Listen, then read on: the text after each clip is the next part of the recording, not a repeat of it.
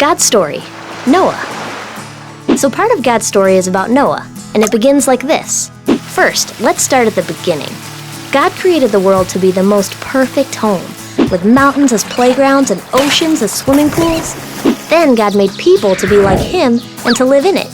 And He wanted us to play with animals and explore jungles and be close to Him forever. It was perfect. But instead, people ran away from God. They hurt each other. They ruined the perfect home God had built for them. The Bible says this made God really, really sad. So sad, in fact, that God decided to wash away all the evil and meanness and cruelty in the world by sending a huge flood to destroy everything, to get rid of all the wrong things and the people who kept doing them. But there was one guy who followed God. That's right, Noah. God had a special rescue plan for Noah. He told Noah to build a big boat called an ark to stay in during the flood. It had to be big enough for Noah's wife and kids and at least 2 of every kind of animal on Earth. So, pretty big.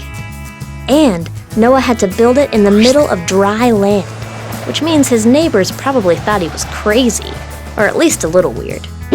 Kids, sometimes following God looks a little weird. We're okay with that. Anyway, looking weird didn't stop Noah. He knew he needed to be rescued. So he finished the ark and waited for God to bring the animals. And God brought them all right. Just imagine what those neighbors thought when they saw an entire zoo strolling through their yards. When Noah's family and all the animals were inside, God shut the door. Then, the Bible says God opened the bottom of the ocean and the windows of the sky. We don't know what that means exactly, but we do know it was tons of water.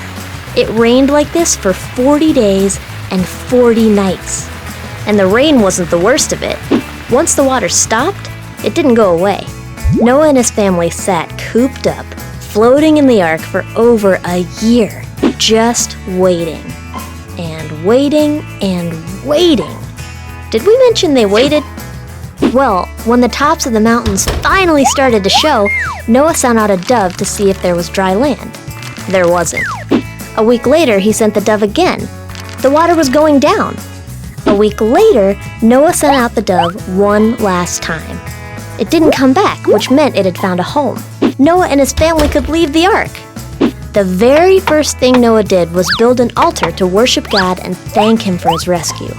And God made a covenant with Noah, which is like a very special promise.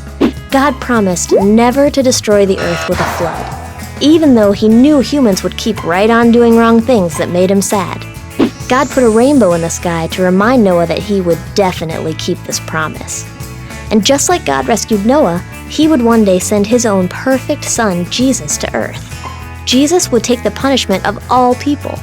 Then, God could be close to everyone who wants to follow Him. And that's the story of Noah.